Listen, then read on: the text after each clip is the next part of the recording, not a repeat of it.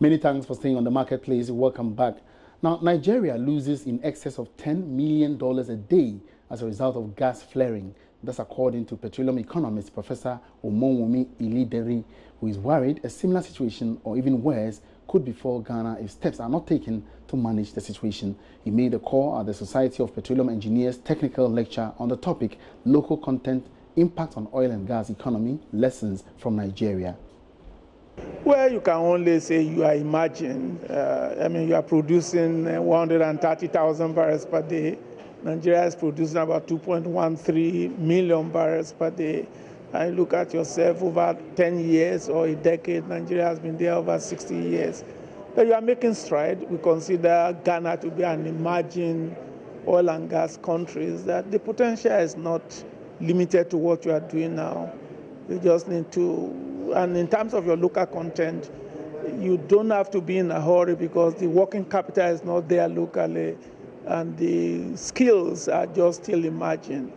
But what GMPC did... Even though the Environmental Protection Agency, EPA, has a zero gas flaring policy, there's still much concern about some flaring activities which still persist on the offshore fields. It is against this backdrop that petroleum economist Professor Omowumi Ilideri has urged the managers of Ghana's oil and gas industry to take a cue from Nigeria's situation. According to him, despite Nigeria's control over the situation, the country still records significant losses. The potential is not limited to what you are doing now. You just need to, and in terms of your local content, you don't have to be in a hurry because the working capital is not there locally and the skills are just still emerging. But what GMPC did recently by instituting chairs to develop skills, I think is commendable. Corporate social responsibility. Gas flaring. But Nigeria is making strides. It used to be more than 20-30%. Today is less than, it's about 10% that is being flared. But still a lot of money for gas to power conversion. The SP technical lecture brought together players in the oil and gas sector to discuss the impact of local content on the country's oil and gas economy. According to the chair of Technical and Distinguished Lecture Committee at SP Ghana, Dr. Riversen Opon, the country's oil and gas sector still leaves much resource untapped. On the Jubilee Field alone, if we're supposed to produce or refine our share in terms of royalties, income tax, and our 13.3% as the PSA agreement says, we're supposed to earn about $180 billion extra money if you're supposed to, go according to the value chain in the oil and gas industry. In a related development, the Dean of Graduate School at the Ghana Technology University College, Dr. Ebenezer Malcolm, is calling for a review of the tertiary school's technical and pre-vocational skills curriculum. We are exploring oil in Ghana. How many technicians or people we have in the middle-level manpower in the industry? So we rely too much on expatriates to come and even take care of our rigs. If there's any problem with any of the installations, we have to wait till these people come in to repair them. What are we doing to train that critical mass of middle-level technicians to take care of that? And that is where the problem lies. The Society of Petroleum Engineers SP Technical Lecture was on the topic Local Content Impact on Oil and Gas Economy, Lessons from Nigeria. Besmak Ousa, Joy Business. Now, Cabinet has started reviewing proposed programs and policy measures that would be outlined in the 2019 budget. Joy Business understands the meeting, which happened over the weekend, afforded Cabinet an opportunity to look at the draft approved by the Economic Management Team. George Yafe has more on this. We understand this is just a draft that is being reviewed by the highest decision-making body of the executive arm of this government. The review is to ensure that whatever programs that the finance minister wants to present would be in line with the government's broad policy and ensure that it has the blessings of cabinet. This will be the first of possible cabinet review meetings on the budget before it is presented to Parliament next Thursday by the Finance Minister, Ken Ofori-Atta. Sources say the Finance Minister is likely to propose 61 billion Ghana cedis as revenue target and 71 billion cedis as expenditure. This will be the administration's first budget as it exits the IMF program.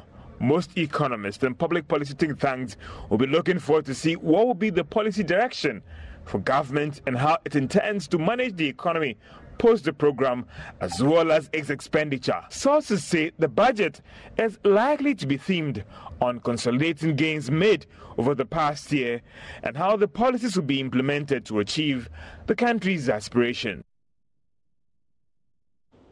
It's live on the marketplace. Now, corporate lawyer Robert Ni Ade-Clerc is advocating a separate regulation for the rural banking sector. He says this has become necessary because rural banks control a lower value of assets as compared with commercial banks. However, both sectors are regulated by the same Banking Act 2016, Act 930. Lawyer Ade-Clerc believes a standalone act for the rural bank sector could help in a proper regulation of rural banks in the country. Rural banks are special because they are rural. They attract a different kind of set of people. The rules that we are calling for and the requirements for directorship and people having this background, etc., are not things you can easily find in a catchment area called a rural area in Ghana. Second, there is also the question as to the number of years people can serve. We are asking whether it is that easily fungible within the catchment area. Can we get people who can serve on an audit committee that easily would over a certain period of time if they've served a certain number of years? Should it be possible for people to stay there longer than they say a bigger bank, which is a foreign stake, and that attracts the finest brains around the world and who can even come down here and serve? Those are the questions. So the catchment area rules are so different from the national level rules. The catchment area rules must then pay attention to the fact that there are farmers, there are teachers, there are community leaders, there are people who are developing in rural areas, who are looking at the interests that they have and all of that, and then based on that to fashion out certain things for them. The rural bank is a bank, yes, but we must carve out those things and now look at their term limits, look at their qualification and all these things. So when I call for these qualification issues for those major banks, I can't have the same thing say Abokobi Rural Bank, my area rural bank should have those same rules, because that qualification, the number of people available and all of that will not be the same. Let's now turn attention to one of our top stories today, and the newly opened Ghana Commodity Exchange will be connecting about 1 million farmers onto a single trading platform. This is to help the farmers and commodity traders get a good deal on agri-produce and also to minimize post-harvest losses. Launching the exchange here in Accra, President Akufo-Addo assured that as the first official commodity exchange in West Africa, this will be the solution for many obstacles faced by farmers during the trading. Farmers, responsible for feeding a nation of some 29 million people, are amongst the class of workers in the country with no guaranteed incomes for their labor and efforts. On their own, some of them have to deal with commodity price volatilities, and many possess little to no knowledge of the true value of their produce. Even worse is the fact that most transactions in the agricultural sector are conducted by word of mouth or handshake agreements. Most often, there are no formal contractual agreements in place, resulting in trade disputes which undermine our marketing system. Agro-industry players also have concerns, major concerns. Varied qualities of the same commodity are often mixed together and sold with a clear disregard for accuracy and weight. This is because there's no national system for the weighing and standardizing of the quality and quantity of commodities.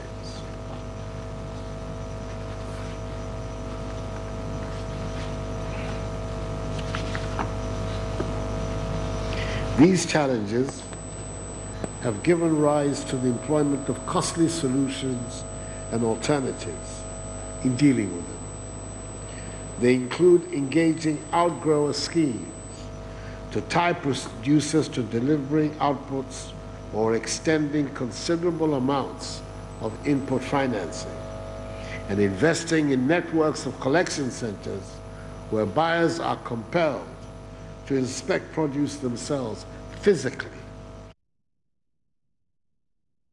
On his part, Finance Minister Ken Ofori-Atta noted that the government is working on restructuring the ADB Bank for farmers to get readily access to credit facilities to enhance production. Operationalizing the commodity exchange speaks to the key theme for Ghana's economic transformation agenda enshrined in our medium-term development policy framework for 2018-2021, Agenda for Jobs, Creating Prosperity and Equal Opportunity for All. The GCS will serve as one of the platforms to achieving the government's objective of creating opportunities for all Ghanaians, and in this case, for smallholder farmers, for our market women, for our traders, for the transporters, for warehouse owners, and all other players within the commodity value chain. And the exchange, Mr. President, will protect the rights and benefits of sellers, buyers, intermediaries, and the general population. And as we heard from Maxwell, he is a key beneficiary of this. So let me digress a bit. Maxwell, thank you for your petition to the President.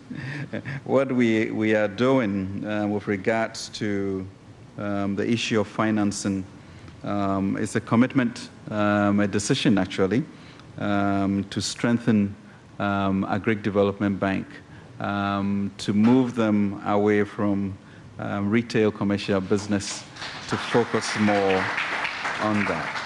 So with that, we expect that appropriate financing focused on farmers will come to bear.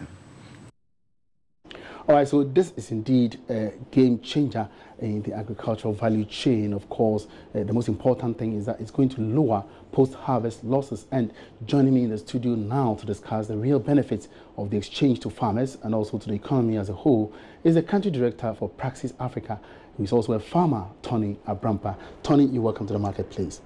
Thank you very much, Emmanuel, and how are you today? I'm fine, very fine, thank you. Good. Now, so what's your take? How do you see this whole, arrangement, a platform to bring farmers, farmers and sellers or buyers together to trade?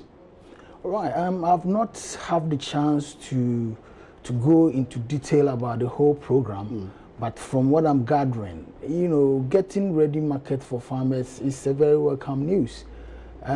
Production, they say, becomes complete when it gets to the final consumer.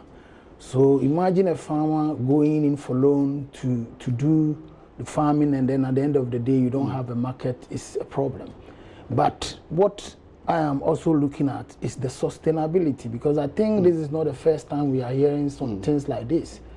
And then also, is it going to help the ordinary farmer as well? Because when we want to talk about farmers, we have the large commercial farms, and then we have the peasant ones. Okay. So before we even get there, this particular, arrangement or platform is being carried out elsewhere in other African countries and is being successful. Ethiopia is one good example. Now, over here in Ghana, what is the real problem that farmers, need to overcome? Is it the issue of post-harvest losses? Is it the issue of getting ready access to markets? And how will this arrangement help us? I think it's both. And like I said earlier on, you see, we have category of farmers. Some are even doing, especially the peasant farmers. Okay. They do the manual one, and most of it is like, let's say, family. You do it to feed the family and sell some of it to buy few things. And then we have the large ones. But I have not had the privilege to go into detail who benefits and who are going to benefit on this particular program. But it is a very welcome thing. But in every initiative, we have to look at the sustainability. And then, is it going to help the ordinary person? Because most often when program like this comes, people who are not even farmers before will jump into it and try to make money out of it. Okay. Then the ordinary farmer faces the consequences yet still. You understand? But if you look at what is on paper and what I heard the president saying, it's a very welcome idea. We will all embrace it, but we will have to look at the rare beneficiaries of this particular program. So you are calling for more education? Exactly. There must be education, and then now most of the farming initiatives are connected to the district assemblies. You know, we need to bring all hands on deck to be able to deliver on this particular program, because it's a welcome news. But all right, so let's look at the access to market again, because under this initiative, there are warehouses that are being set up across the country, as well as other agents like the NAFCO, or the National Food Buffer Stock Unit. Now, so will farmers be ready? Because a new thing, I mean, adapting to change sometimes becomes a problem. Now, will farmers be ready to cart their stock or their produce to warehouses? You don't think that one is more beneficial to them, because it helps them overcome most of the produce going bad at the farm gates? So now you see a farmer in, let's say, Butumejebu, where there is no transport to bring the thing from where the warehouses are. How are they going to do that? So in my case, I think that there must be cooperatives. We don't have to look. We have to look at cooperative, or maybe at the district level. You understand? If we know that we have 500 farmers in, let's say, Ewutu Senior District, and they are doing maize, let's try and bring all of them together, and then let them have an understanding that after you have been able to harvest your product, we will come and take it with car and send it to where the warehouses are. Because most farmers, they don't have access to road. So how would they come to where the warehouse is? I think and I believe that is exactly what's going to happen. I mean, these brokers or so are going to cart your products from the farm gates to the common warehouses. So that is where you see the rich will always have, bring the poor down. Because somebody is not a farmer, he's a middleman. So he will just have an office, and then he will take advantage of the farmers. But if it is farmer direct, they have the farmer groups, and the leaders are there to link without the middlemen. That way the farmer can benefit. Because if I am coming to buy from you and send it to the warehouse, I determine the price for you. So you realize the consequence remains the same. I have not been able to get into the inside out of the program, so I cannot speak much. But these are some of the things that has happened before. They will say they are doing the thing for the farmers, and at the end of the day, it ends up not going to the farmers at all. You know it. All right. Now, so what about the effects on prices of products, especially? These are effects on prices of products. That one depends on the demand. If the demand is high, prices goes high. If the demand is low, that is why we have lean season, and then we have the other season as well. But like I rightly said, they need to put the right mechanism in place to make sure that the farmers are putting into cooperatives. That way, I know that, the people who are going to be our leaders are the people in the same community. So if there is any shortfall, we know who to point hands on. But supposing I go to, let's say, Ewutu Mankasim, and I said, the government has done ABCD, I'm going to buy everything from you. They might not even have access to radio to know what the benefit should be. So they will always be in the dark. You understand what I mean? What about the issue of storage, since that has also become, been a problem? Storage is one of the problems that every farmer faced. No, I've not been in the farming industry for long, but at least 7 years is enough. Sometimes you have to force to sell the product because you don't have where to store it. Yeah. So if this initiative is supposed to help, remove that storage barrier, is it not? That's what I said. It's perfect. But as to whether the rare beneficiary of the program are going to benefit, that is where we have to look at. You understand? For instance, if they say they are going to give free fertilizer. This is just by the way. You realize that the person who really needs the fertilizer will not have access to it. You understand? So the right mechanisms must be put in place so that the program becomes a successful one, because the idea of getting a storage facility for the farmers is perfect. That one, there's no two ways about it. Right. But as to whether the thing is going to the people who really needs it, so people will not take advantage and do business out of it. It's something that we also have to look at. So beyond this, the finance minister also mentioned that very soon the ADB bank is going to be restructured to make it readily accessible source of finance for farmers. What's your take on that? You see, finance is also a major problem. Some of these things, sometimes I don't want to go there, but I'll go there because you have asked me to. Again, if you want to give loans to farmers, it's a welcome news. But you have to also put structures that will make sure that the money goes to the people who are really the farmers. Let me give you an instance of a model that I studied in the United States, or let's say England. Okay. Let's say we have Tesco's. So Tesco's is a shop that sells fruit and vegetables and other things that are being produced by farmers. And then they have, let's say, the Barclays Bank financing it. They don't give the money to the farmer. They rather give you seeds and give you access to plowing. So they don't give the money to the farmer like, I've given you 500 million, go and farm. But rather, those things that the inputs that you need to make the farming a business is what they will provide to you on credit. And then by the time the product is matured, the buyer is already there, which is Tesco's. Definitely, you have bright ideas, and so at the end of the day, you don't have much time the money doesn't change hands. So somebody will go and buy Benz, and then they cannot get the money back. Okay, all right. Many thanks for your time. Tony Abrampa Mensah is a farmer, even talking about how the newly launched Ghana Commodity Exchange is going to be beneficial to farmers, and he's calling for more education for farmers, as well as bringing various value chain stakeholders together to help make this initiative a sustainable one. In order to wrap up this afternoon's edition of The Marketplace, many thanks for your company. My name is Emmanuel Abuaji. Have a good afternoon.